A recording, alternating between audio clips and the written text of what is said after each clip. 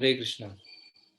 आप सभी का स्वागत है आज सुबह के सत्र में। हम प्रेयर से स्टार्ट करते हैं।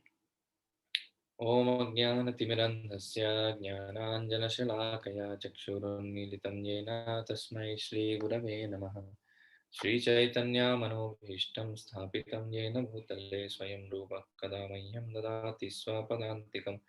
वन्देऽहं श्रीगुरो श्रीयुतापदकमलं श्रीगुरुं वैष्णवांश्च श्रीरूपं साग्रजातं सहगना रघुनाथान्वितं तं सजीवं साद्वैतं सावधूतं परिजनसहितं कृष्णचैतन्यदेवं श्रीराधाकृष्णपादान् सहगना ललिता श्रीविशाखान्वितांश्च नमां विष्णुपादाय कृष्णप्रेष्ठाय भूतले श्रीमते भक्तिवेदान्तस्वामी नित्यनामिने नमस्ते सरस्वते देवे गौरवाणी प्रचारिणे निर्विशेष शून्यवादी पाश्चात्यदेशतारिणे नमो महावदन्याय कृष्णप्रेमप्रदायते कृष्णाय कृष्णचैतन्यनाम्ने गौरत्विषे नमः। हे कृष्णा करुणा सिंधो दीनबंधो जगत्पते गोपेश गोपिका कांत राधा कांत नमोस्तुते तप्त कांचन गौरांगी राधे वृंदावनेश्वरी वृषभानुसुते देवी प्रणमामि हरिप्रिये वाञ्छाकल्पतरुभ्यश्च कृपा सिन्धुभ्येव च पतितानां पावनेभ्यो वैष्णवेभ्यो नमो नमः। जय श्री कृष्ण चैतन्य प्रभु नित्यानंद श्री अद्वैत गदाधर शिवासादि गौरभक्तवृंद हरे कृष्णा कृष्णा कृष्णा हरे हरे हरे राम राम राम हरे हरे।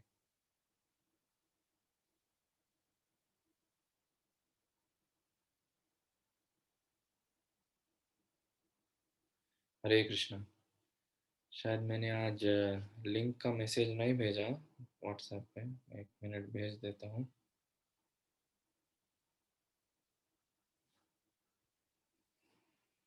हरी बोल। हाँ कहाँ लो Patna.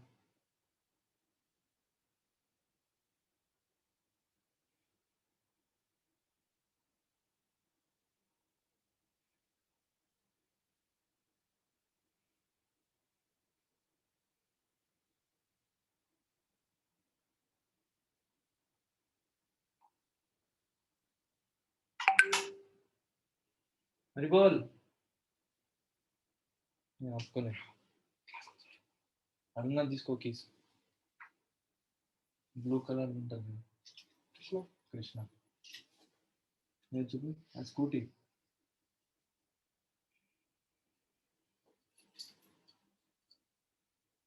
one more Krishna will be there with a cow.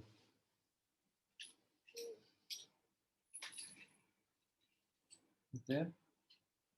One.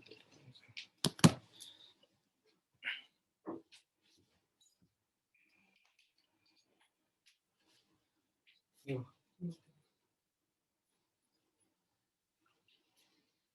5412 mark number helmet.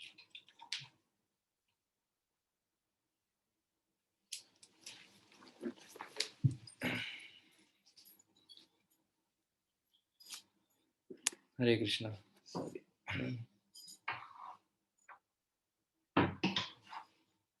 तो हम कल चर्चा कर रहे थे चौथे अध्याय में सुत गोस्वामी जी के सॉरी शौनक मुनि ने सुत गोस्वामी जी से चार चार प्रश्न पूछे थे। तो चार प्रश्नों में से पहला प्रश्न जो था कि भागवतम कहाँ कैसे क्यों और व्यासदेव जी ने मतलब क्यों लिखा है इसके बारे में पूछ रहे थे। तो उसी के आंसर में अभी सुत गोस्वामी जी बताते हैं अगले जो अभी यस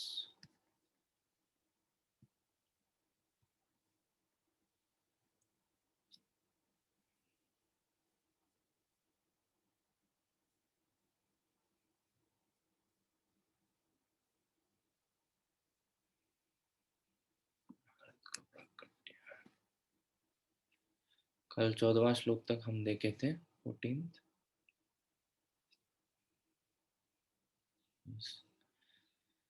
ओम नमो भगवते वासुदेवाय ओम नमो भगवते वासुदेवाय। ओम नमो भगवते वासुदेवाय। नारायणं नमस्कृत्य नरं चैव नरोत्तमं देवीं सरस्वतीं व्यासं ततो जयमुदीरयेत्। नष्टप्रायेषु भद्रेषु नित्यं भागवत सेवया भगवतीरुत्तमश्लोके भक्तिर्भवति नैष्ठिके। कृष्णाय वासुदेवाय देवकीनन्दनाय च नन्दगोपकुमाराय गोविन्दाय नमो नमः। सूत उवाच द्वापरे समनुप्राप्ते तृतीये युगपर्यये जातः पराशरः द्योगी वा वासव्याम कलया हरेः। सूत गोस्वामी ने कहा, जिस समय द्वापर युग का त्रेता युग से अतिव्यापन हो रहा था, तो वसु के पुत्री सत्यवती के गर्भ से पराशर द्वारा महान ऋषि व्यासदेव ने जन्म लिया। तो इसके बारे में हम कहानी सुन चुके हैं कि कैसे व्यासदेव का जन्म होता है। और आगे हम मतलब अभी वो प्रश्न का उत्तर देते हुए आगे बढ़ रहे हैं कि क्या सीन था, क्या हो रहा था पीछे, और भागवतम रचना करने के लिए वो प्रेरणा कहाँ से मिली, या वो सिचुएशन कैसे आया कि उनको भागवतम लिखना पड़ा, क्योंकि सब वेद शास्त्र और इतिहास और पुराण ये सब लिखने के बाद भी वो फिर से भागवतम की रचना क्यों की। स कदाचित् सरस्वत्या उपस्पृश्य जलं शुचिः विविक्त एक आसीन उदिते रविमंडले। एक बार सूर्यदेव होते ही उन्होंने मतलब व्यासदेव ने सरस्वती के जल से प्रातःकालीन आचमन किया और मन एकाग्र करने के लिए वे एकांत में बैठ गए। ये काफी सिंपल है। सरस्वती नदी हिमालय पर्वत के बद्रिकाश्रम क्षेत्र में बहती है।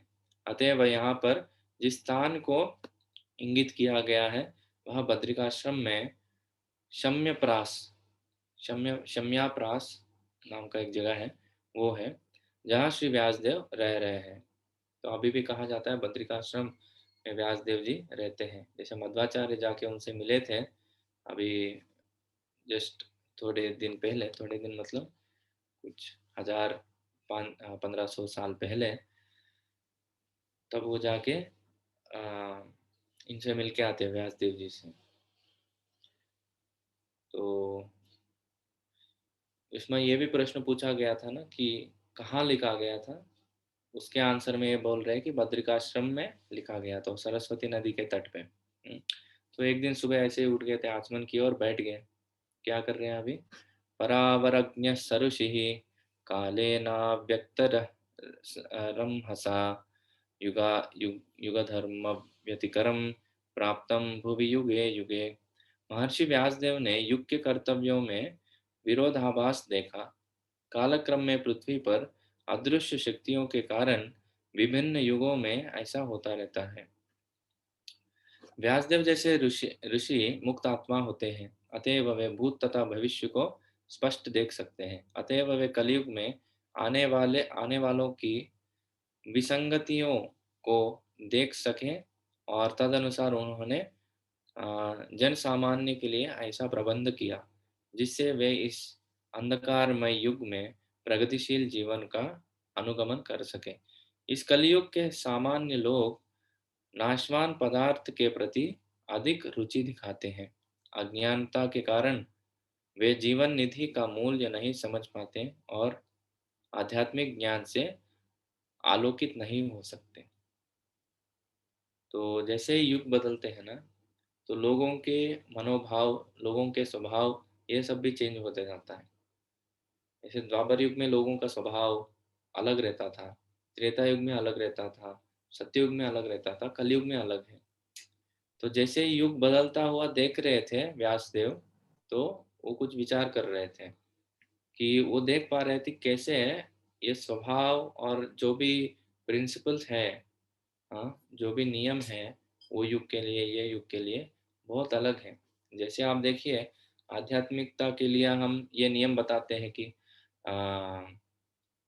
सत्ययुग में जो है और कृत्यय ध्याय तो विष्णु, मतलब भगवान के ऊपर ध्यान करना जो है उनको पाने का तरीका था। कृत्यय ध्याय तो विष्णु त्रेतायाम यतो मखै, त्रेता युग में यज्ञ करना जो विधि है वो भगवान को पाने का विधि था। द्वापरे परिचर्यायाम, द्वापर युग में विग्रह आराधना जो था वो भगवान को पाने का तरीका था। पर कलौ तद हरि कीर्तना, कलयुग में हरिनाम संकीर्तन जो है हम जो जप करते हैं वो भगवान को पाने का विधि है, भगवान से करीब होने की विधि है। तो सिर्फ आध्यात्मिक रूप से नहीं, बहुत सारी चीजों में हर एक युग का जो लक्षण रहते हैं वो अलग रहते हैं। फॉर एग्जाम्पल इधर एक बताया गया, इस कलयुग के सामान्य लोग नाशवान पदार्थ के प्रति अधिक रुचि दिखाते हैं। आप देख सकते हैं यूज एंड थ्रो कल्चर जो है वो ज्यादा से ज्यादा बढ़ रहा है। जैसे आ, इंडिया का मतलब वैदिक सभ्यता को वो कल्चर नहीं था। जैसे गौर गोपाल प्रभु एक जोक बोलते हैं इसके लिए कि अगर कोई नया सेट खरीदता है तो इंडिया में या भारत देश में वो या वैदिक सभ्यता में आप इसका एग्जाम्पल ऐसे ले सकते हैं, भारत देश में वो क्या करता है, वो शर्ट जब तक पुराना होता है तब तक यूज करेगा। उसके बाद क्या करेगा, जब वो पहनने का लायक ही नहीं है तब वो होली को पहनेगा। फिर वो होली को भी पहनने का लायक नहीं रहेगा तो उसको पोछा के रूप में यूज करेगा घर में, पर कभी उसको फेंकेगा नहीं। मतलब जो भी चीज है उसको अंत तक यूज करेगा। ये यूज एंड थ्रो वाला कल्चर जो है ना वो पाश्चात्य देश का कल्चर है। तो उसमें वैसा सभ्यता नहीं है। वैदिक सभ्यता हमको सिखाती है कैसे परमानेंट चीजों से, शाश्वत चीजों से कैसे जुड़ के रहना चाहिए, ये सिखाता है। इसीलिए हमारे इंडियंस को वैसा मेंटेलिटी है, चीजें ज्यादा से ज्यादा देर तक, मतलब रिपेयर वाला शॉप, ऐसे ऐसे शॉप है जो आप सोच भी नहीं सकते कि ऐसे चीज भी रिपेयर होती है। जैसे पेन ड्राइव होता है ना, पेन ड्राइव को आप रिपेयर कैसे कर सकते हैं, पर ऐसे भी दुकान है हमारे देश में जो पेन ड्राइव को रिपेयर करके देंगे। हम जनरली पेन ड्राइव खराब होता है तो हम सोचते हैं अभी रिपेयर नहीं होगा। या मैं जस्ट एग्जांपल बता रहा हूँ क्योंकि लोगों लोगों को चीज़ों का वैल्यू पता है। पर जैसे जैसे मॉडर्न कल्चर बढ़ते जा रहा है उसमें लोगों को वैल्यू नहीं समझता है। यूज एंड थ्रो वाला कल्चर हो गया। पैसों की कुछ कमी नहीं है आज की दुनिया में, खाने का कुछ कमी नहीं है, कुछ भी कमी नहीं है। बस ये मिसमैनेजमेंट जो है वो वैल्यू ना पता चलने की वजह से बहुत सारा धन जो है एक सेक्शन ऑफ द सोसाइटी में अटक गया। पर जो वैदिक सभ्यता है वो ऐसा नहीं है, हमको हमेशा शाश्वत रूप से सोचने का हमको ट्रेनिंग देता है। हालांकि वो भी कम होते जा रहा है आज। तो इसी के बारे में उधर बता, नाशवान पदार्थ के प्रति अधिक रुचि दिखाते हैं। और असल में इधर बताना चाहते हैं कि हमारे शरीर के प्रति नाशवान चीज क्या है, हमारा शरीर है, हमारी इंद्रियां हैं, उसके प्रति ज्यादा आसक्त रहते हैं। तो कलयुग में लोगों का ये जनरल माइंडसेट ऐसे ही बनता है। जैसे हम कल या परसों क्लास में ये भी डिस्कस कर रहे थे ना कि जैसे ही हमारा क्लास खत्म हो जाता है फिर हमारा उपाधियां, हम उसके बारे में ज़्यादा सोचने लगते हैं। हाँ मुझे ड्यूटी पे जाना है, मुझे ये करना है, वो करना है। जो हमारा शाश्वत रूप है, जो हमारा असली कर्तव्य है, जो भगवान के साथ या भगवान का सेवा करना, वो सेकेंडरी हो जाता है हमारे लिए। हमारे लाइफ में अभी भी वो सेकेंडरी रूप में है। प्राइमरी रूप, प्राइमरी फोकस जो है हम, हमारा परिवार और हमारा जो ड्यूटी, हमारा इंद्रिय तृप्ति, पैसा पैसा इकट्ठा करना, ये दुनिया की चीज़ों में लगना, यही हमारा आज का फोकस है। हमारे खुद के जीवन में अभी भी भगवान पूरी तरह फोकस में आए नहीं है। वो उनको फोकस में लाना चाहिए। और बाकी चीज़ें जो है ना उनके आजू बाजू ऐसे रहना चाहिए, पर फोकस ना भगवान के ऊपर रहना चाहिए। तब तब जाके हमारा मानव जीवन का कुछ अर्थ निकलेगा। ये जो चीज था ना वो बाकी युगों में थोड़ा ज़्यादा रहता था। मतलब वो जानते थे कि ये जीवन जो है, मानव जीवन जो है शाश्वत नहीं है। और ये चीज़ कलयुग के लोगों को समझता ही नहीं है।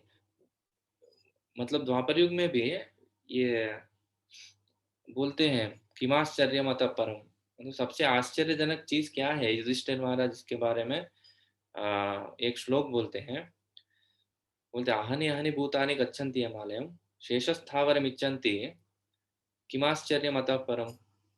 बोलते हैं रोज हम देखते हैं कि मेरे अगल बगल में हमारे जितने भी लोग हैं एक एक करके उड़ते जा रहे हैं, मतलब वो जा रहे, वो मर रहे हैं।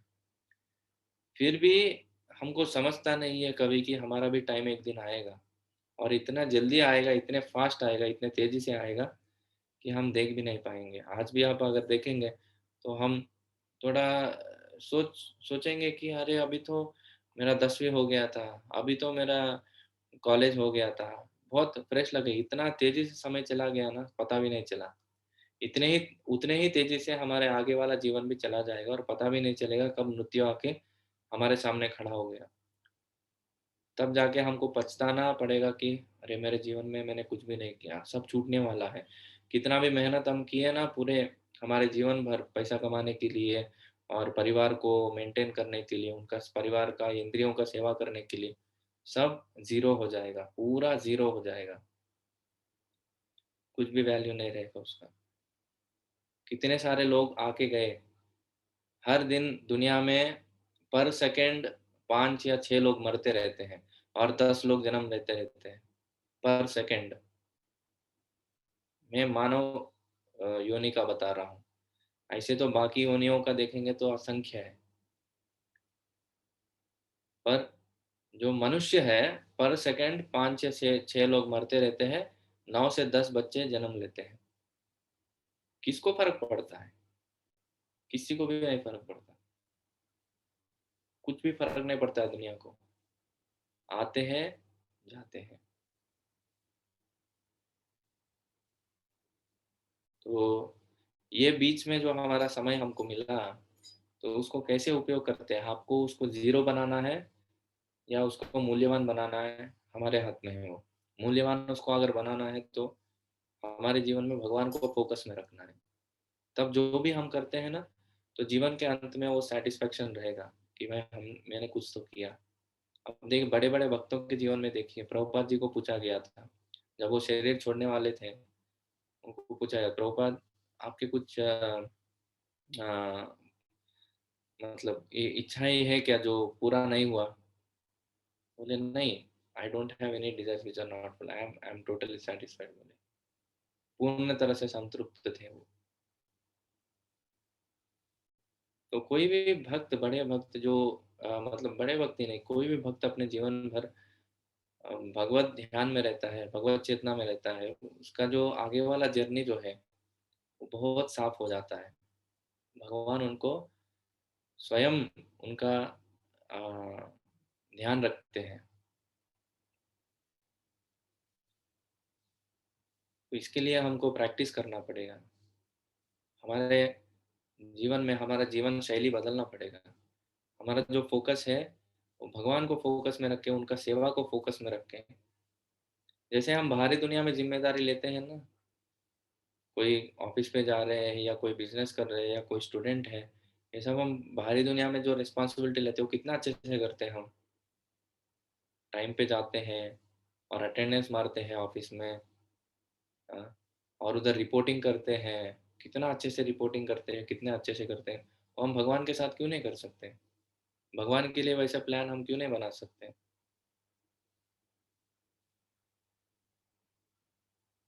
तो ये, क्योंकि हमको बाद में पछताना नहीं चाहिए कि मैंने कुछ नहीं किया मेरे जीवन में, सब ज़ीरो हो रहा है ना, सब छोड़ के जाना पड़ रहा है ना।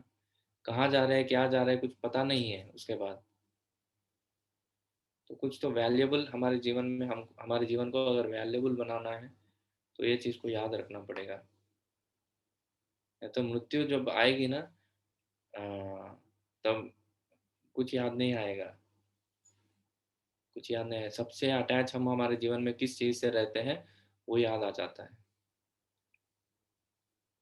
इसलिए बहुत बार बोला जाता है कि इस बार जो पुरुष के शरीर में है, वो अपने स्त्री को याद करता है मरते टाइम। बहुत केसेस में यही होता है, स्त्री को याद करता है तो उसको स्त्री का शरीर प्राप्त होता है। जो स्त्री है पुरुष को याद करता है तो पुरुष का शरीर उसको प्राप्त होता है अगले जीवन में। अगर उतना पुण्य कर्म है, अगर मानव जीवन प्राप्त करने का, तो जनरली ऐसा होता है, यह शास्त्रों का कथन है।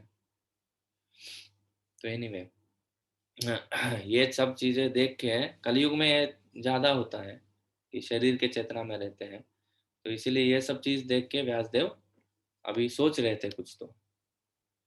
भौतिकानां च भवानां शक्तिहास्य शक्तिह्रासं चत्कृतम् अश्रद्धदानान्निह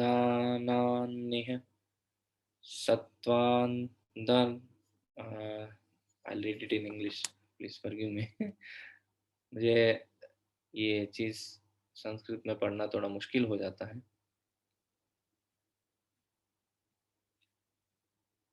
प्रैक्टिस नहीं है इसका।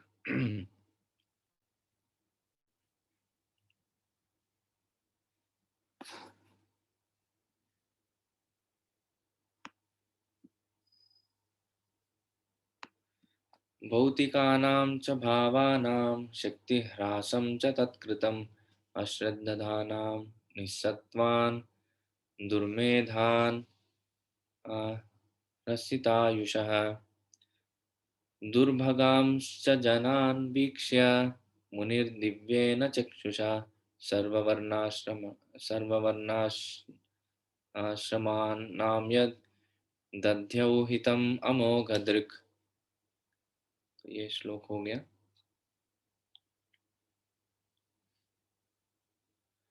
परम ज्ञानी ऋषि अपने दिव्य दृष्टि से युग के प्रभाव से प्रत्येक भौतिक वस्तु की अवंती को देख सकते थे।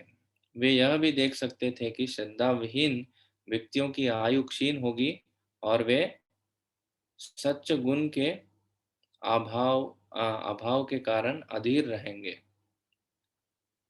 इस प्रकार उन्होंने समस्त वर्णों तथा आश्रमों के लोगों के कल्याण पर विचार किया। तो वे देख सकते थे कि श्रद्धा विहीन व्यक्तियों की आयु क्षीण होगी।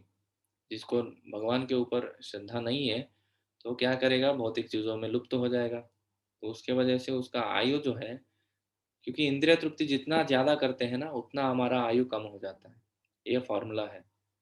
तो अगर इंद्रियों को हम कंट्रोल करते हैं तो ऑटोमेटिकली आयु हमारा बढ़ जाता है, क्योंकि इंद्रियों को स्वस्थ रखेंगे तो जितना उसको यूज करेंगे। अब कोई भी अगर मोबाइल हम कितना यूज करेंगे उसके ऊपर वो खराब हो जाएगा ना। अगर ज्यादा यूज नहीं करेंगे तो 4 साल 5 साल भी काम कर सकता है। हेवी यूसेज करेंगे तो 1 साल में भी 6 महीने में भी खराब हो सकता है। वैसे हमारा शरीर भी, उसको ज्यादा यूज करेंगे, ज्यादा खिलाएंगे पिलाएंगे मजा करवाएंगे तो काम करेगा, मस्त काम करेगा एकदम मशीन की तरह। पूरा कुछ भी आपको तकलीफ नहीं देगा पर जल्दी मर जाएगा। और उसको ठीक से इंद्रिय तृप्ति नहीं करेंगे, इंद्रियों को धीरे धीरे धीरे करके लेके जाएंगे और 10-20 साल ज्यादा जी सकते हैं। तो श्रद्धा विहीन, भगवान के ऊपर श्रद्धा रहेगा तो क्या करेंगे, इंद्रियों को कंट्रोल करेगा तो उसका आयु तो ऑटोमेटिकली बढ़ जाएगा। तो अगर श्रद्धा विहीन लोग रहते हैं तो इंद्रियों को ज्यादा इस्तेमाल करना पड़ता है उनको, तो कुछ और है ही नहीं ना जीवन में, तो उनका आयु तो क्षीण हो जाएगा और सच्च गुण के अभाव के कारण अधीर रहेंगे। मतलब अगर कोई धर्म का पालन ठीक से कर रहा है, उसका कॉन्फिडेंस आप देखिए कैसा रहेगा, वो किसी से डरेगा नहीं। छोटा सा एग्जाम्पल आप लीजिए, कोई अगर झूठ बोल रहा है तो उसको इजीली आप पकड़ सकते हैं कि हाँ ये झूठ बोल रहा है करके, क्योंकि वो डरेगा। जो भी अधर्म पे मार्ग पे चलेगा, अधर्म के मार्ग पे, वो पक्का डरेगा। तो वही देख रहे थे, अधीर मतलब वो उनके अंदर वो कॉन्फिडेंस आएगा ही नहीं। हाँ मैं अच्छा जीवन जी रहा हूँ करके कॉन्फिडेंस रहेगा ही नहीं। तो इस प्रकार उन्होंने समस्त वर्णों तथा आश्रमों के लोगों के कल्याण पर विचार किया। इन लोगों को क्या होगा, कलयुग के जीवों का। चतुर्होत्रम कर्मशुद्धम प्रजानां वीक्ष वैदिकम विदधाद यज्ञ संतत्यै वेदमेकं चतुर्विधम्। उन्होंने देखा कि वेदों में वर्णित यज्ञ के साधन, यज्ञ वे साधन हैं जिनसे लोगों की वृत्तियों को शुद्ध बनाया जा सकता है। अतः इस विधि को सरल बनाने के लिए ही उन्होंने एक ही वेद के चार भाग कर दिए, जिससे वे लोगों के बीच फैल सके। तो एक ही वेद था, उसमें जो यज्ञों का प्रक्रिया दिया गया था, उससे लोग धार्मिक, मतलब हमने जैसे भगवत गीता के तीसरे अध्याय में पढ़ा कि अगर जानवरों के लेवल से कम जानवरों के लेवल से मनुष्य के लेवल पे आना है, तो वैदिक शास्त्रों के हिसाब से उसमें जो नियम दिए गए उसके हिसाब से हमारा जीवन जीना चाहिए। मतलब उसके नियम अनुसार जो भी नियम दिए हैं उसके हिसाब से काम करेंगे, उसको बोलते हैं धर्म। फिर धर्म करने से हमको अर्थ मिलेगा, अर्थ मतलब पैसा या जो भी चीज़ें हैं हमारे जीवन आवश्यकता के लिए। उस अर्थ से हम क्या करेंगे, हम हमारे काम वासना, तो धर्म अर्थ काम, ऐसे ये सब चीज़ें वैदिक शास्त्रों में यज्ञ करने से आते हैं। ऐसे लिखा है, यज्ञ जो है हमारे धर्म का मूल है। तो वो यज्ञ साधन से जो भी हमारे आवश्यक चीज़ें हैं वो सब प्राप्त हो जाती थी।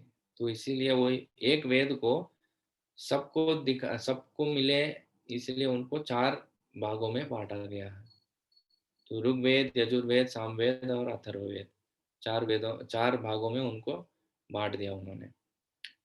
ऋग्यजुः सामार सामाथर्वख्या वेदाश्चत्वार उद्धृताः इतिहासपुराणं च पंचमो वेद उच्यते।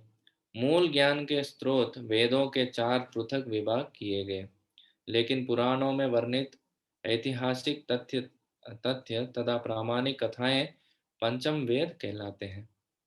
तो बहुत लोग कहते हैं कि पुराण और इतिहास जो है ना, वो सही नहीं रहते क्योंकि वो सिर्फ कहानी है, किसी और के द्वारा बताए गए हैं। नहीं, इधर भागवतम पुष्टि दे रहा है उसका कि पुराण और इतिहास में जो प्रामाणिक कथाएं बताए गए हैं वो वेद ही है, वेदों के अभिन्न है वो।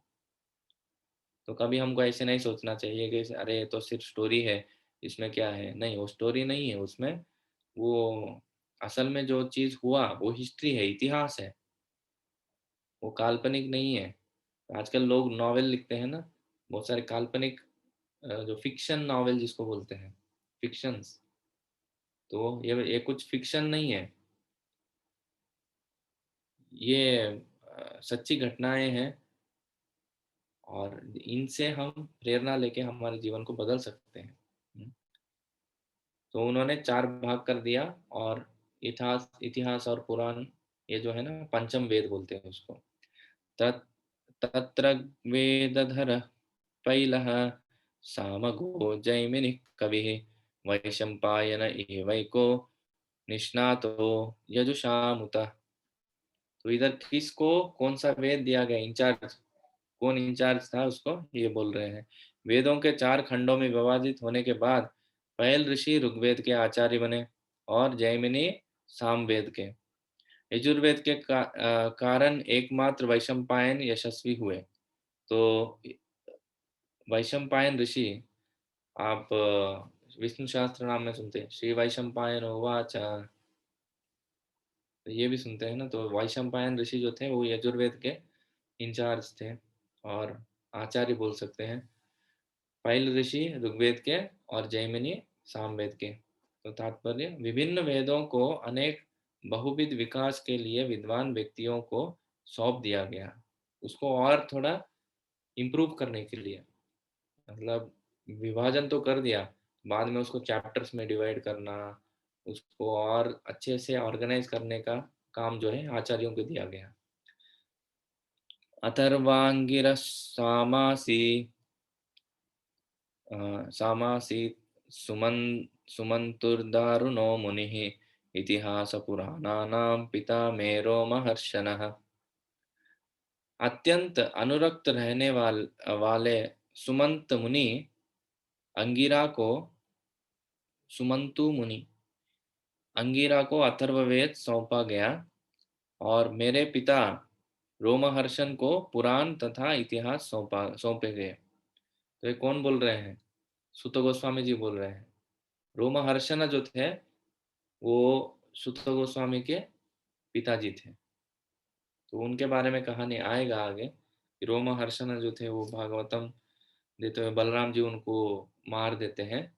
मारने के बाद बहुत सारे ऋषि मुनि उनको प्रार्थना करते हैं कि आपने ऐसा किया, अभी आपको वो ब्रह्म हत्या हो गया, तो आप कुछ कीजिए इसके लिए। हालांकि बलराम जी भगवान ही थे खुद, फिर भी वो जन सामान्य के लिए एक आदर्श स्थापित करने के लिए बलराम जी वो जो पुत्र के रूप में पिता को पिता का रूप जो है वो पुत्र में देखा जाता है। तो पुत्र को वही ज्ञान जो है, वही उनका जो रोमहर्षण सूत जो थे वो भागवतम कहने में बहुत ही निष्णात थे, बहुत एक्सपर्ट थे। तो इसलिए वो पावर जो है उनको सूत गोस्वामी में ट्रांसफर कर दिया था। तो इसलिए सूत गोस्वामी जी भी बहुत अच्छा कथाकार थे। श्रुति मंत्रों में भी कहा गया है कि अथर्ववेद के दृढ़ नियमों का कड़ाई से पालन करने वाले अंगिरा मुनि अथर्ववेद के अनुयायियों के अग्रगणी थे। तो अथर्ववेद के आचार्य जो है अंगिरा मुनि। अंगिरा मुनि का व्याख्या एक और जगह आती है, जब चित्रकेतु महाराज के साथ नारद मुनि उनको देखने जाते हैं, तो अंगिरा मुनि उनको वरदान देते हैं कि आपको पुत्र हो जाएगा। हालांकि पुत्र के लिए उनको जो कर्म फल चाहिए था वो नहीं था, फिर भी अंगिरा मुनि के आशीर्वाद से वो हो जाता है। 23rd श्लोक। तये तरुषयो वेदम स्वस्वम स्वं स्वं व्यस्यन्ननेकदा शिष्यैः प्रशिष्यैस्तच्छिद् तच्छिष्यैर्वेदास्ते शाखिनो भवत्। इन सब विद्वानों ने अपने अपने पारी में उन्हें सौंपे गए वेदों को अपने अनेक शिष्यों, प्रशिष्यों तथा उनके भी शिष्यों को प्रदान किया, और इस प्रकार वेदों के अनुयायियों की अपनी अपनी शाखाएं बनी। तो बोलते हैं ना, हम यजुर्वेदी है, हम कृष्ण यजुर्वेदी है, हम शुक्ल यजुर्वेदी है, और हम ऋग्वेदी है, ये सब बोलते हैं। वो कहाँ से आया? तो ये सब मुनि जो आचार्य थे उन्होंने अपने अपने शिष्यों में इसको बांट दिया। तो इन सब में डिफरेंस क्या है?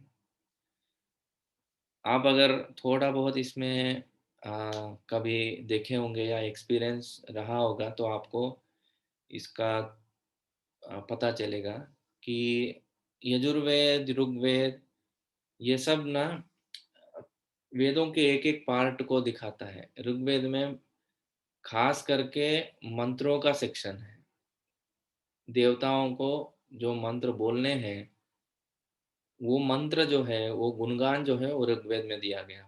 यजुर्वेद में जो है यज्ञ करने का जो प्रोसीजर्स है वो ज्यादा दिया गया। और सामवेद जो था, सामवेद जो है उसमें गायन के रूप में क्या बोलते हैं, ये मंत्रों को उच्चारण करते हैं। और अथर्ववेद में भी ऐसा कुछ एक स्पेसिफिक ये है।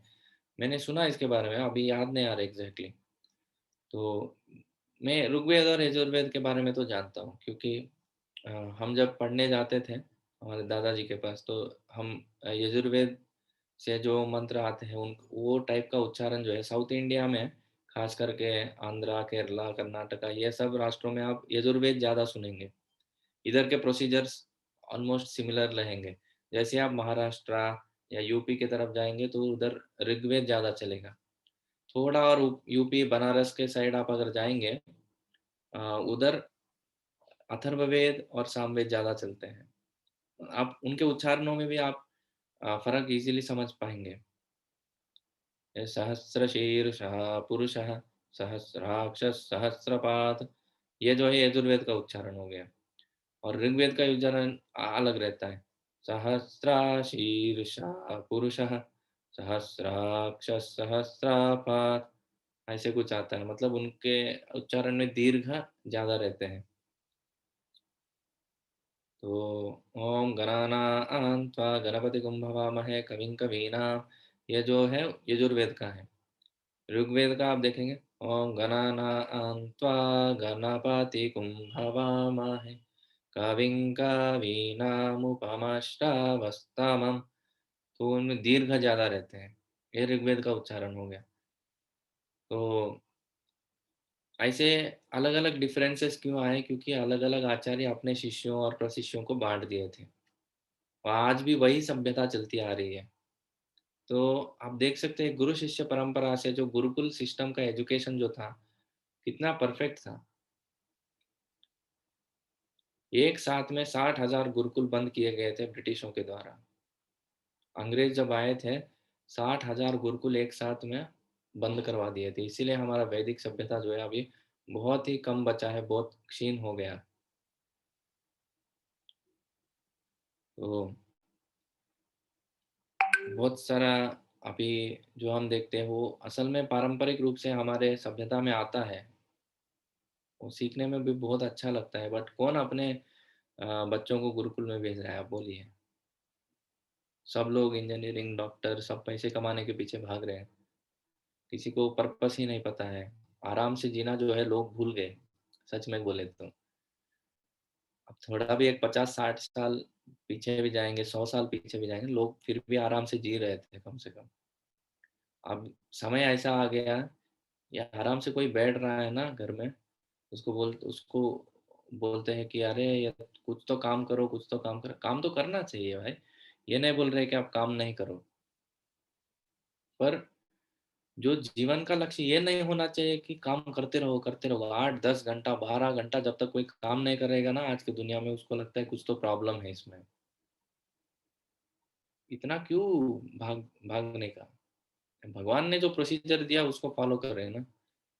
जो ब्राह्मण है अपना ड्यूटी करे, जो क्षत्रिय है अपना ड्यूटी करे, हाँ? जो वैश्य है अपना ड्यूटी करे। मैं अभी भी मुझे याद है बचपन में, सुबह 6 बजे या 7 बजे जो है दुकान खुल जाते थे, और रात के 8 बजे तक दुकान बंद हो जाते थे, और 9 बजे तक आप रोड पे जाएंगे ना तो बहुत खुला खुला रहता था, कोई भी नहीं रहता था। बचपन में हम कभी रात में दूध पैकेट लेने जाते थे, बहुत डर लगता था, पिताजी को लेके जाते थे। तो 8 बजे के बाद अभी आप देखिए 24 आवर्स चलता है, रोड कभी बंद ही नहीं होता। दुकान तो कम से कम 10 बजे खुलते हैं सुबह में। तो जो सत्वगुण से है ना, रजोगुण और तमोगुण में कैसे लोग आ रहे हैं आप देखिए। 10 बजे 11 बजे लोगों का दिन चालू होता है, और एंड होता है कब, रात में 12-1 बजे तक लोग जगते हैं। और ऐसे अगर रहेंगे तो अपना जीवन काल जो है, हमारा इंद्रिया जो है थक जाएंगे काम कर करके। इतना काम जो सत्वगुण में रहता है ना उनको पता है कहाँ रुकना चाहिए, जो रजोगुण और तमोगुण में रहते हैं ना उनको पता ही नहीं चलेगा कहाँ रुकना चाहिए। तो हम ये सब देख चुके हैं बचपन से कम हमको वो इतना तो प्राप्त हुआ है। ये जो 20-30 साल की उम्र में हम जितने भी देखे हैं, इजीली वो ट्रांसफॉर्मेशन दिखता है हमको 9 बजे तक पूरे। मैं हैदराबाद में ही बता रहा हूँ, बचपन में हम इधर रहते थे हैदराबाद में, तो 9 बजे तक पूरे दुकान बंद हो जाते थे, और सुबह 6 बजे 7 बजे तक खुल जाते थे। बहुत सारे दुकान, जो किराना के दुकान है, जो सामान लाने का है, वो 5:30 बजे भी कुछ दुकान खुल जाते थे। लोग सत्वगुण में रहते थे, उनको आदत था सुबह उठने का, उनको पता था उसका वैल्यू। तो ऐसे लोगों के श्रेय के लिए ये वेदों का विभाजन, ये जो सिस्टम ये बना रहे हैं ना, ये सब उसीलिए बना रहे हैं। तयेव वेदा दुर्मेधये धार्यन्ते पुरुषैर्यथा, एवं चकार भगवान व्यासः कृपणवत्सलः। इस प्रकार अज्ञानी जनसमूह पर अत्यंत कृपालु ऋषि व्यासदेव ने वेदों का संकलन किया, जिससे कम ज्ञानी पुरुष भी उनको आत्मसात कर सके। तो जो भी हो, उनको पढ़ने के लायक कर दिया उन्होंने। स्त्रीश्रूत्रद्विज बंधूनां त्रयीन श्रुतिगोचरा, कर्म श्रेयसि मूढ़ानां श्रेय एवं भवे दिहा इति भारतमाख्यानम् आख्यानं कृपया मुनिना कृतम्। महर्षि ने अनुकंपावश हितकर अनुकंपावश हितकर समझा कि यह मनुष्यों को जीवन का चरम लक्ष्य प्राप्त करने में यह सहायक होगा। इस प्रकार उन्होंने स्त्रियों, शूद्रों तथा द्विज बंधुओं के लिए महाभारत नामक महान ऐतिहासिक कथा का संकलन किया। तो ये सब होने के बाद महाभारत का भी रचना किया उन्होंने, खास करके जो जब गुरुकुल जो कोई गुरुकुल नहीं जाते हैं उनके लिए। जो गुरुकुल जाते हैं मतलब शूद्र और स्त्रियां जो थे ना गुरुकुल में, उनको लिया नहीं जाता था उनके क्वालिटीज के हिसाब से, उनको क्वालिफिकेशंस के हिसाब से।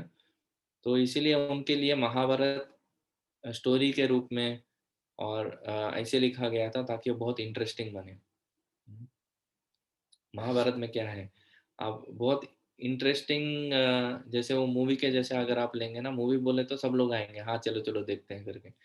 वैसे ही महाभारत आप देखेंगे क्या है, उसमें पॉलिटिक्स है, स्त्री का अपहरण है उनका, और क्या बोलते हैं, भाई भाई का लड़ाई है और झगड़े हैं, और अंत में युद्ध है, उसमें विलन है, हीरो है। तो ये सब ना, लोग आप पॉलिटिक्स के बारे में चर्चा करो बोले तो हाँ सब लोग आएंगे, चलो चलो डिबेट लगाएंगे। अरे कोई बोल रहा है कुछ, सीन चल रहा है, कोई स्त्री का अपमान कर रहा है, अरे क्या हो रहा है क्या हो रहा है, सब लोग आते हैं। कोई भाई भाई का झगड़ा चल रहा है प्रॉपर्टी के ऊपर, सब लोग सुनने के लिए उनको कान खुल जाते हैं। भगवान के बारे में बोलो, नहीं नहीं नहीं, उसमें नहीं। इसीलिए हर एक जगह जो भी ये चीज होता है ना, स्त्री का अपमान, द्रौपदी का अपमान हो रहा था, बीच में कृष्ण को डाल दिया, कृष्ण आके उनका रक्षा कर दे। तो वो सुनते सुनते कृष्ण के बारे में सुनते हैं वो। और भाई भाई का झगड़ा हो गया, बीच में शांति दूत बन के कृष्ण आते हैं और अर्जुन को गीता सुनाते हैं। तो ये सब उनको सुनने को मिलेगा। तो पॉलिटिक्स में भी अभी उनको वन में भेज दिया था, वन में भेजने के बाद क्या हुआ, विदुर जी कैसा उनका रक्षा किए, वो सब आए, इतना सुनते सुनते कृष्ण का वो भक्त बन जाएंगे। तो ये उद्देश्य से महाभारत लिखा गया था। एवं प्रवृत्तस्य सदा भूतानां श्रेयसी द्विजा सर्वात्मकेनापि यदा ना नातुष्यद् हृदयं ततः।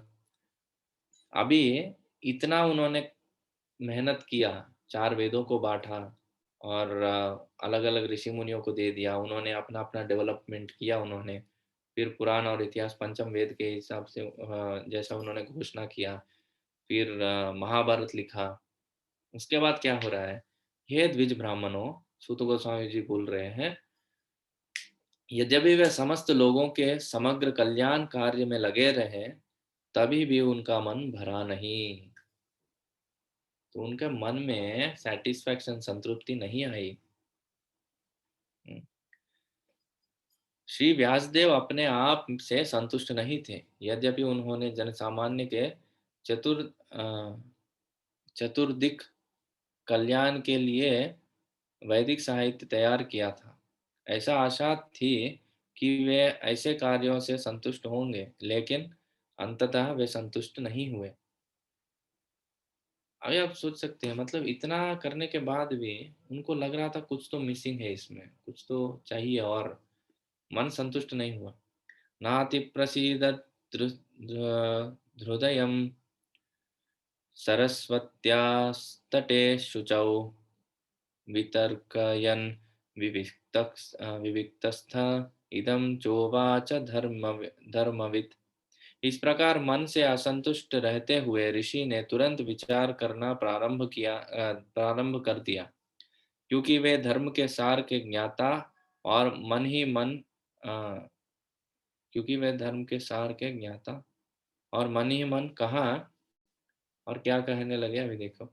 दुतव्रतेन हि मया छन्दांसि गुरवोऽग्नयः मानिता निर्व्यलीकेन गृहीतं चानुशासनम् भारतव्यपदेशेन ह्याम्नाय ह्याम्नायार्थश्च प्रदर्शितः दृश्यते यत्र धर्मादि स्त्रीशूद्र धिभिरप्युता।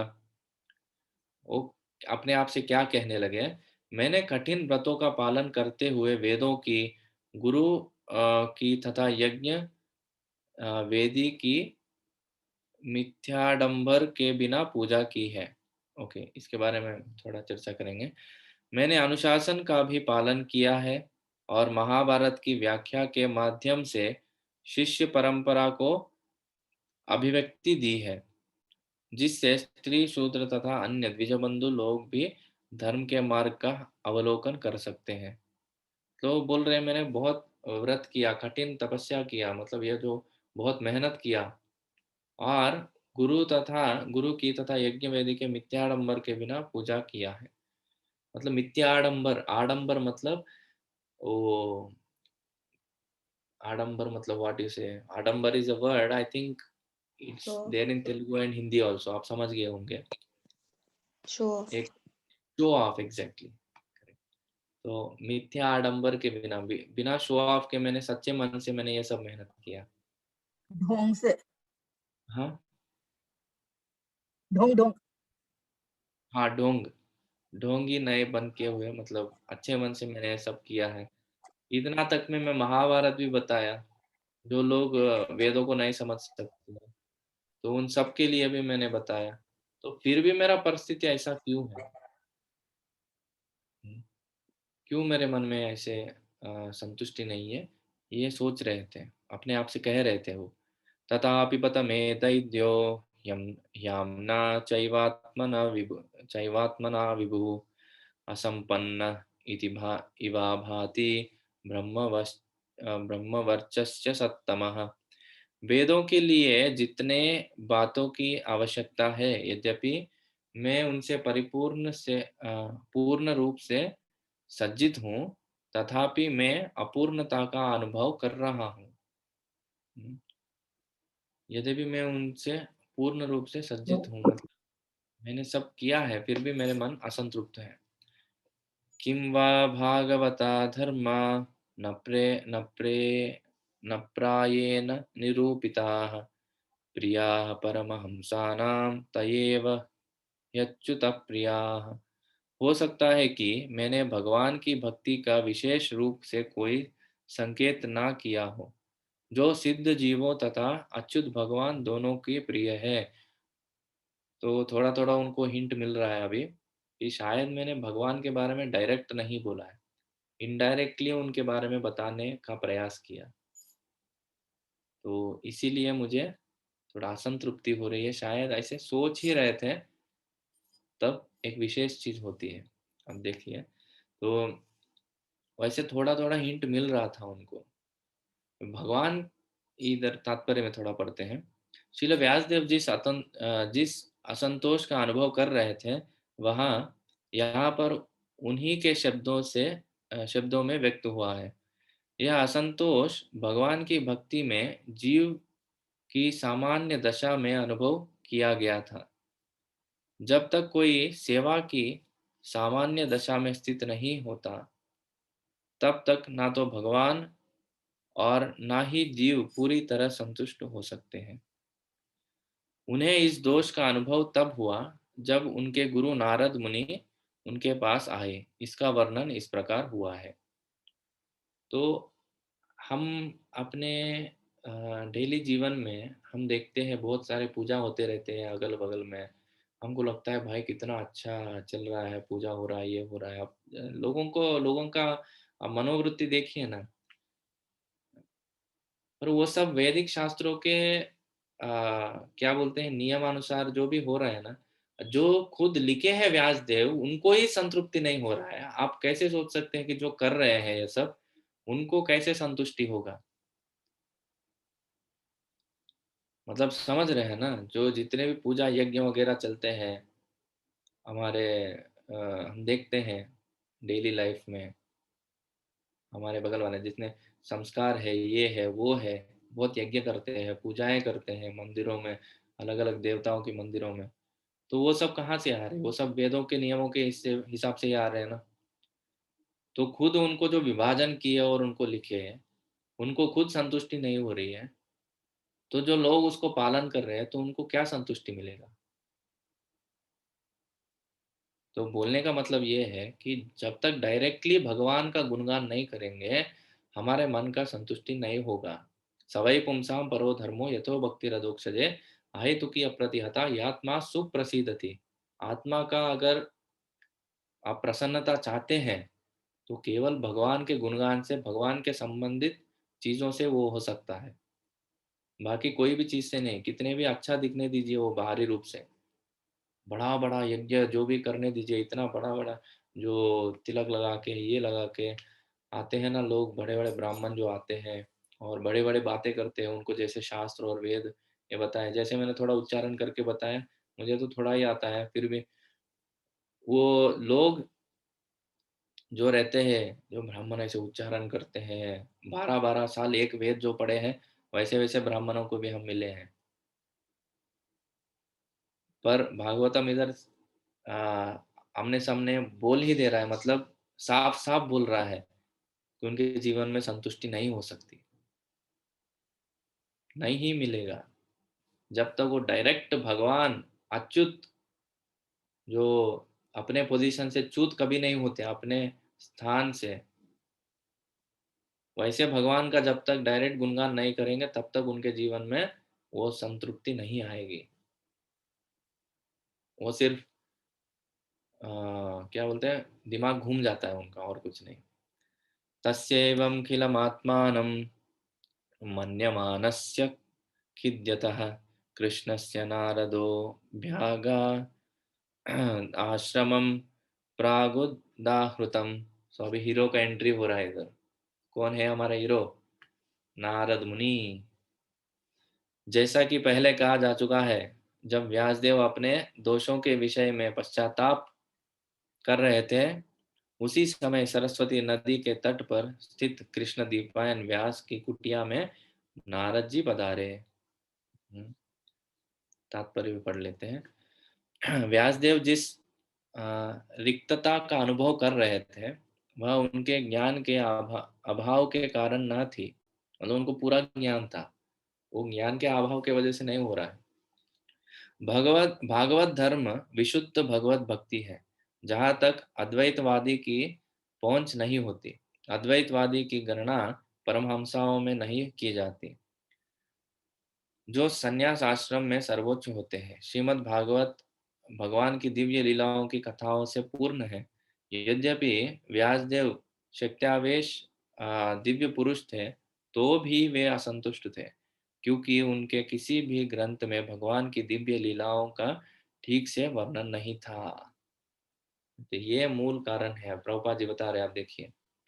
दिव्य लीलाओं के बारे में उन्होंने किधर भी नहीं बताया। जैसे हमने तीसरे अध्याय में हम जब चर्चा कर रहे थे, हमको लगभग 1 हफ्ता लग गया 24 अवतारों के बारे में चर्चा करने के लिए। पर कितना अच्छा था। हाँ, वो अनुभव हम कंपेयर करेंगे, अभी भी जो हम लीलाओं के बारे में देख रहे हैं, स्टोरीज के बारे में देख रहे हैं, वो लीलाएं जो है भगवान के, बहुत एक रूप से मनोरंजक भी रहते हैं और हृदय को शुद्ध करने वाले भी रहते हैं। भगवान की कथाएं, भगवान की लीलाएं जो है वो सही तरह से हमारे हृदय को शुद्ध करते हैं। तो वैसे कथाओं के बारे में, लीलाओं के बारे में किधर भी उन्होंने रचना ही नहीं किया वेदों में। इसकी प्रेरणा श्री कृष्ण ने सीधे व्यासदेव के हृदय में उत्पन्न की। तो उनको लग रहा था ना, थोड़ा हिंट मिल रहा था। अतएव उन्हें रिक्तता का अनुभव हुआ, जैसा कि ऊपर कहा गया है। यहाँ मतलब कभी कभी भगवान हमारे हृदय में ऐसे ऐसे थॉट्स देते हैं, कभी हमको लगता है ना, नहीं नहीं बाबा, ये सही नहीं है, कुछ तो गलत हो रहा है। या हमको अंदर से वो जो प्रेरणा मिलती है, और जब भगवान अंदर जो बैठे हैं वो बोल रहे हैं हमको। तो व्यासदेव जी को भी भगवान हमेशा निर्देशन देते रहते हैं अपने भक्तों को, जो उनके भक्ति में लगे हैं, उनको निर्देशन देते रहते हैं। हमको सतर्क रहना पड़ेगा, अटेंटिव, हमेशा अलर्ट रहना पड़ेगा वो सुनने के लिए। यहाँ यह निश्चित रूप से बताया गया है कि भगवान को प्रेमा भक्ति के बिना सब कुछ शून्य है। भगवान की प्रेम भक्ति के बिना सब कुछ शून्य है। लेकिन भगवान की भक्तिमय सेवा में सकाम कर्म या शुष्क चिंतन का अलग से प्रयास किए बिना ही सब कुछ संभव है। तो भक्ति के बारे में इधर गुणगान किए। और आखिरी श्लोक ये है चैप्टर का, ये अध्याय का। तमविज्ञाय सहसा प्रत्युत्थायागतं मुनिः पूजयामास विधिवन् नारदं सुरपूजितम्। श्री नारद के शुभागमन पर श्री व्यासदेव सम्मान पूर्वक उठकर खड़े हो गए और उन्होंने सृष्टा ब्रह्मा जी के समान उनकी पूजा की। तो विधि का अर्थ है प्रथम सृजित जीव ब्रह्मा। इधर विधि नामक एक शब्द आया होगा, विधि, विधिवन नारदम। ओके, तो विधि का अर्थ है प्रथम सृजित जीव ब्रह्मा। वे वेदों के मूल जिज्ञासु तथा आचार्य भी है। उन्होंने सर्वप्रथम श्री कृष्ण से वेदों को सीखा और सबसे पहले नारद जी को पढ़ाया। अतएव आध्यात्मिक शिष्य परंपरा में नारद जी द्वितीय आचार्य है। वे ब्रह्मा के प्रतिनिधि है, अतएव उनका सम्मान समस्त विधियों मतलब नियमों के पिता ब्रह्मा के समान किया जाता है। इसी प्रकार श्रृंखला के अन्य क्रमगत शिष्यों का भी सम्मान आदि गुरु के प्रतिनिधियों के समान ही किया जाता है। जैसे कोई भी व्यासासन पे बैठते हैं ना, उसको अभी भी व्यास आसन क्यों बोला जाता है? क्यों? व्यास देव पहले भागवत का रचना की है। जो भी भागवत बोलता है वो व्यास देव जी के समान उनका आदर करना चाहिए, इसलिए उसको व्यास आसन बोला जाता है। उनके प्रतिनिधि है वो। तो अभी गुरु शिष्य परंपरा आप समझ सकते हैं। ब्रह्मा जी पहले वेद शास्त्र सीखे हैं, उसके बाद नारद मुनि के पास आया। नारद मुनि ने व्यास देव को सिखाया असल में। तो अभी इधर एक और चीज हम देख सकते हैं। जब व्यास देव जी को चिंता हुआ, असंतृप्ति हुआ, भगवान उसको जान लिए और गुरु को भेजे उधर। तो भगवान ऐसे करते हैं जब भी हमको सिंसियरली हम हेल्प चाहते हैं, सिंसियरली हम हमारे मन में भगवान को प्रार्थना करते हैं, वो गुरु का अरेंजमेंट करते हैं हमारे लाइफ में। तो ये चीज हम इधर देख सकते हैं। उनके मन में थोड़ा असंतृप्ति हो रहा था, उनको हिंट मिल रहा था, तो भगवान ने तुरंत नारद मुनि को भेज दिया। तो नारद मुनि को कैसे पता चला? ये जो कनेक्शन है ध्रुव महाराज के स्टोरी में भी हम देखते हैं। ध्रुव महाराज निकले थे जंगल के लिए, तो भगवान ने देखा और नारद मुनि को फिर से भेज दिया उधर, उनको गुरु, उनके गुरु बनने के लिए। तो नारद मुनि तो व्यासदेव के शिष्य गुरु थे ही।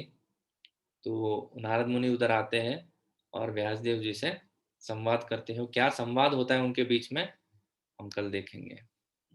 इस प्रकार श्रीमद् भागवत के प्रथम स्कंद के अंतर्गत श्री नारद का प्राकट्य नामक चतुर्थ अध्याय के भक्ति वेदांत तात्पर्य पूर्ण हुए। हरे कृष्णा। तो किन्हीं के कुछ प्रश्न है?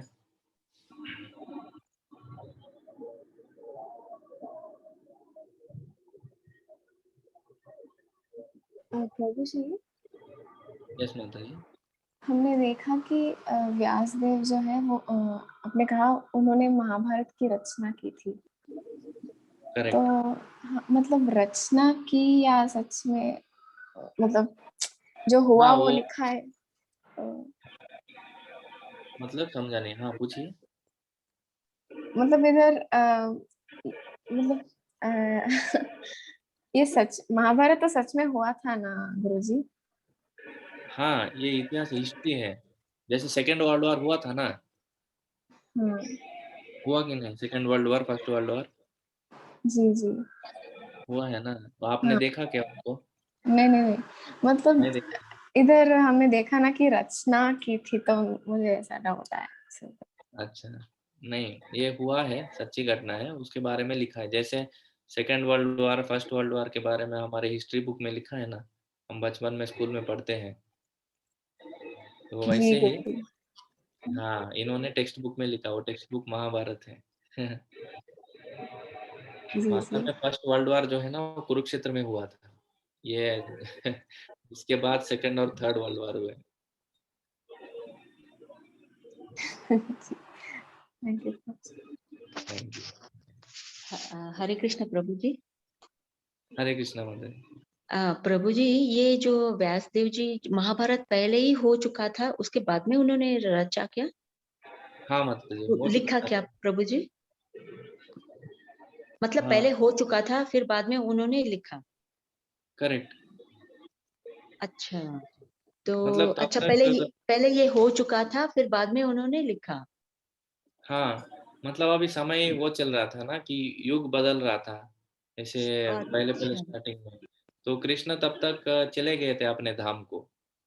अच्छा, अच्छा, अच्छा, ओके, ओके। तो अभी वो लिंक कैसे आता है, कृष्ण चले गए थे, कुरुक्षेत्र सब हो गया था, कृष्ण चले गए थे, फिर युग अंत होने वाला है अभी, कलयुग आने वाला था, तब उन्होंने ये भागवतम कैसे आया इसी के बारे में है ना, तो ये स्टोरी आगे जाके भागवतम कैसे आया उसी के बारे में बताता है। अच्छा, ये भागवतम भी पूरा पूरा मतलब कृष्ण प्रेरणा से ही उन्होंने लिखा, हमको बताया। हाँ, हाँ, एग्ज़ैक्टली। अच्छा, ओके प्रभु जी, हरे कृष्ण। हरे कृष्ण। प्रभु जी, यहाँ पे 16th के वर्ष में यहाँ कालक्रम में पृथ्वी पर अदृश्य शक्तियाँ के कारण विभिन्न युगों में ऐसा होता रहता है। तो अदृश्य शक्तियाँ क्या थी, वो क्या है? कौन से श्लोक में माता जी आप बताएं? 16th महर्षि व्यासदेव ने युग के कर्तव्य में विरोधाभास देखा। कालक्रम में पृथ्वी पर अदृश्य शक्तियों के कारण विभिन्न युगों में ऐसा होता रहता है, जो यस, स्टार्टिंग में आपने बताया था। Correct. Just 1 second, I am just coming there. या वेद वेद समझने का कार्यक्रम में कुछ अदृश्य शक्तियों के कारण, ओके, अदृश्य शक्तियों के कारण शायद इधर वो बता रहे हैं कि जो काला चक्र है, वो काला चक्र जो हम एस्ट्रोलॉजी में पढ़ते हैं ना कि अ, ग्रहों के हिसाब से जो भी होता है काला चक्र जैसे अरेंज किया गया है, जी जी और ये भी हो सकता है कि अ, भगवान के जो ये सिस्टम उन्होंने जो बनाया दुर्गा देवी के माध्यम से, जी। मतलब मेनली काल ही आता है इधर, वो एक अदृश्य शक्ति है, और शक्तियों के कारण जो मतलब दिस सोच total system that yugas will change, युगा चेंज होंगे, और फिर बाद में ये जो मनुओं के पीरियड आएगा वो सब कैलकुलेशन जो है शायद उसी के बारे में बता रहे हैं इधर। तो वो तो कालक्रम में आ गया ना प्रभु जी। यहाँ पे फिर हाँ, आगे अदृश्य शक्तियों को क्या बोला है? अदृश्य शक्तियों के कारण विभिन्न युगों में ऐसा होता रहता है, मुझे भी एग्जैक्टली समझ में नहीं आ रहा। अदृश्य शक्तियों मतलब इनविजिबल पावर्स। देखना, या तो वो कैसे, क्या है वो? वो देखना पड़ेगा, मतलब मैं पूछता हूँ इसके बारे में जी जी सीनियर्स को। जी प्रभु जी, thank you. Thank you.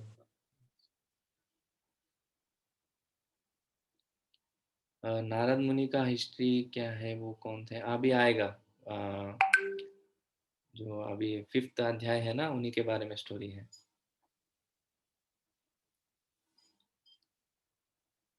Okay, सो हम कल कंटिन्यू करेंगे। बहुत बहुत धन्यवाद। हरे कृष्णा कृष्णा कृष्णा हरे हरे, हरे राम राम राम हरे हरे। हरे हरे कृष्ण। हरे हरे कृष्ण। कृष्णा, धन्यवाद, प्रणाम। हरे कृष्ण। थैंक यू प्रभु जी, हरे कृष्ण। हरे हरे कृष्णा। कृष्ण, थैंक यू हरे प्रभु। कृष्णा प्रभु। हरे कृष्णा। हरे कृष्णा, थैंक यू प्रभु जी। Hare Krishna, thank you bro.